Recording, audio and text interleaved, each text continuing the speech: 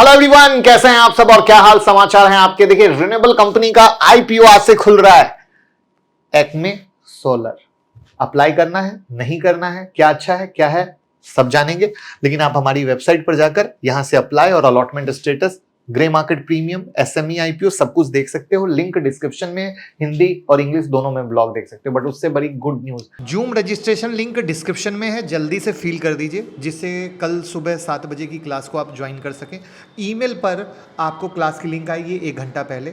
Email पर focus कीजिएगा। वैसे उम्मीद मैं करता हूं कि व्हाट्सएप पे भी शायद आए, बट वो शायद है, इसीलिए ईमेल पे फोकस करना है। जो मैंने कमिटमेंट किया था, फ्री सेशन होने वाला है, वो आपको होगा कल सुबह में 7 बजे। आप लोग कहते थे लाइव मार्केट के बीच में मत रखिए, तो इसीलिए मैंने सुबह में 7 बजे का सेशन रखा है जिससे सब लोग जुड़ सकें। तो बहुत प्यारा सेशन होगा, जैसे लगातार दे रहे थे वैसे ही एक यूनिक धमाका सेशन है। स्पेशली हमने ये फोकस किया कि जो मार्केट गिरा हुआ है, ऐसे कंडीशन में आप कैसे बेहतर कर सकते हैं। तो एवरीवन ज्वाइन। और सबसे प्यारी चीज क्या है, अब लिमिट ओपन है, यानी 10,000 लोग भी ज्वाइन करेंगे तो कोई दिक्कत नहीं है। तो अभी का भी फॉर्म भर दीजिएगा, लिंक ईमेल पे आएगी, इस बात का याद रखिएगा, सेशन से 1 घंटा पहले।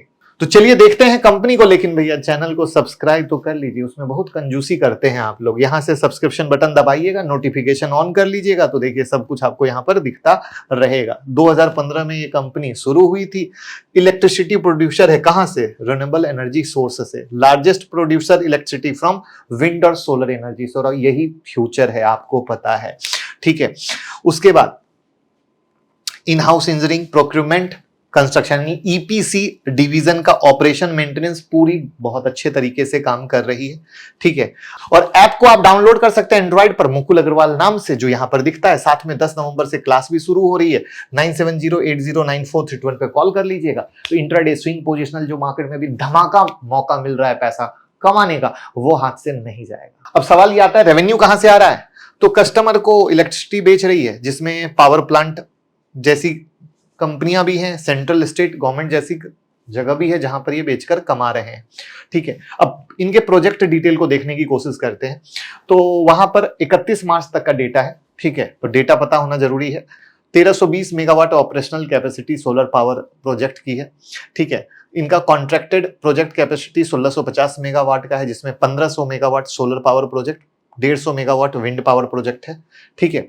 उसके बाद 2380 megawatt awarded project capacity under construction है। अवॉर्डेड हो जाना दैट मींस कहीं ना कहीं अच्छे तरीके से कर रहे हैं, जिसमें 300 megawatt solar power, 830 megawatt hybrid यानी विंड प्लस पावर, और 1250 megawatt FDRE, firm and dispatchable renewable energy power project. तो प्रोजेक्ट भी बहुत अच्छे हैं, अवॉर्डेड हैं, सही तरीके से काम कर रही है। क्लाइंटेल देखोगे तो एनएचपीसी, एनटीसी, सन फॉरएवर और गुजरात ऊर्जा विकास लिमिटेड। तो क्लाइंटेल भी बहुत अच्छे हैं। तो इंडस्ट्री ग्रोथ, आपको पता है हम हमेशा देखते हैं कि जहां पे हम पैसा लगाने वाले हैं उसका इंडस्ट्री का ग्रोथ क्या है, तो 5 से 6% सीएजीआर का ग्रोथ यहां पर है।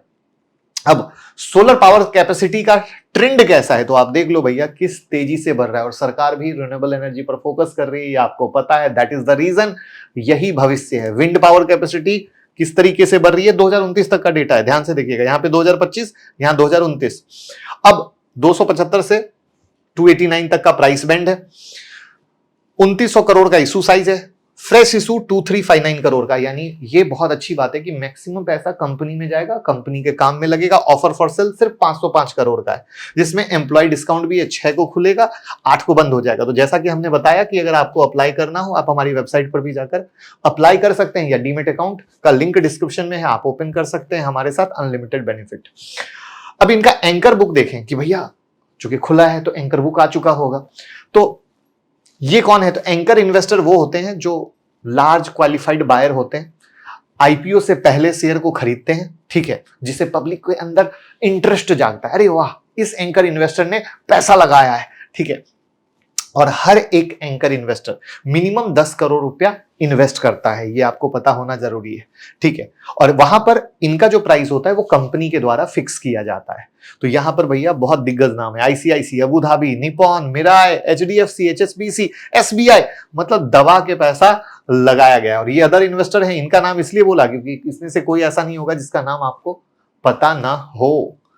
अब यहां पर हम बात करते हैं फाइनेंशियल कैसे है। तो यहां तक 24 तक ईयर ऑन ईयर, और ये क्या है, क्वार्टर। क्वार्टर को बाद में asset improvement, revenue improvement, profit after tax बहुत सरप्राइजिंग है। देखिए कितना छोटा सा था 2022 में, 2023 में लॉस में, और 2024 में तो सीधा खतरनाक लेवल पे जंप है, बहुत तगड़ा।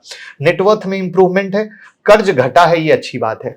अब यहां पर फिर से आ जाओ, एक क्वार्टर का रिजल्ट कितना कम है, देख रहे हो, क्योंकि क्वार्टर क्वार्टर मिलेंगे तभी तो ईयरली रिजल्ट आएगा। तो ये जो 2024 का ये प्रॉफिट आफ्टर टैक्स है भैया, ये है सरप्राइजिंग मेरे नजर में, एक क्वेश्चन मार्क, भूलिएगा मत। एज एन इन्वेस्टर जब हम 5 साल का विजन लेते हैं तो ये सब चीजें बड़ी इंपॉर्टेंट आती है।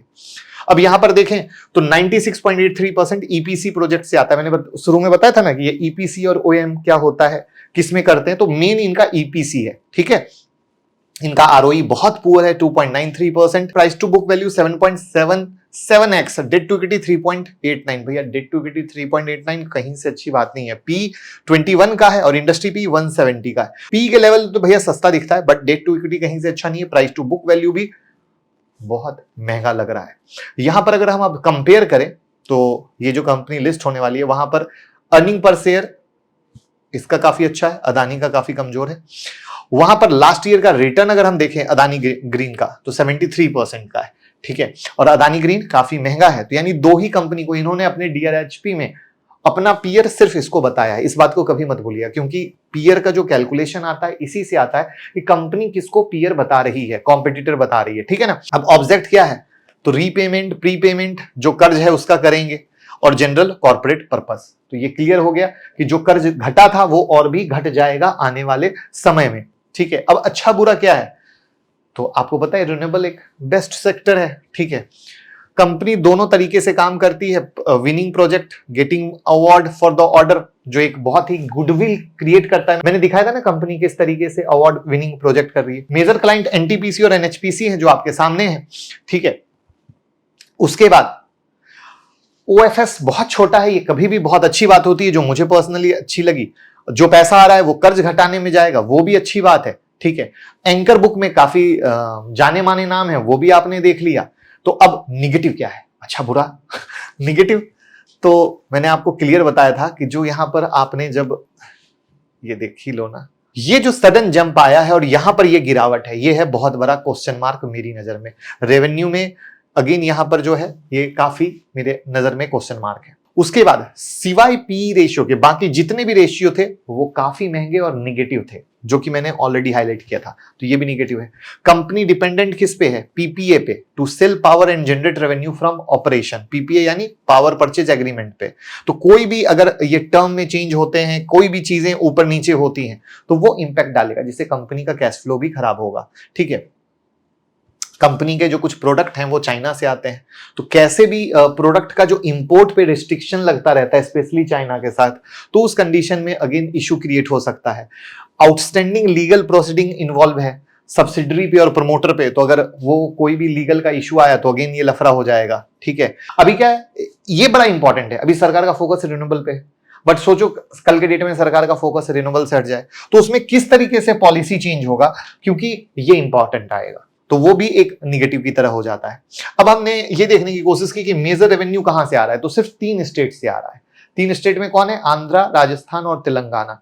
15%, 28%, 20%, मोटा मोटा 63% के करीब का, यानी सिर्फ 3 स्टेट फोकस क्यों है, ये है एक बहुत ही क्वेश्चन मार्क। तो अब ग्रे मार्केट प्रीमियम क्या है, 289 का है, 27 रुपए का ग्रे मार्केट प्रीमियम है, 316 यानी 9% के करीब का लिस्टिंग गेन दे रहा है। बट ये डे वाइज चेंज होता है, जिसको आप यहां से देख सकते हैं ग्रे मार्केट प्रीमियम क्या चल रहा है सबका। तो ऐसा क्यों हो रहा है, मार्केट में गिरावट के कारण सेंटीमेंट्स हिट हुए हैं और उस सेंटीमेंट्स हिट होने के कारण ये नुकसान हुआ है।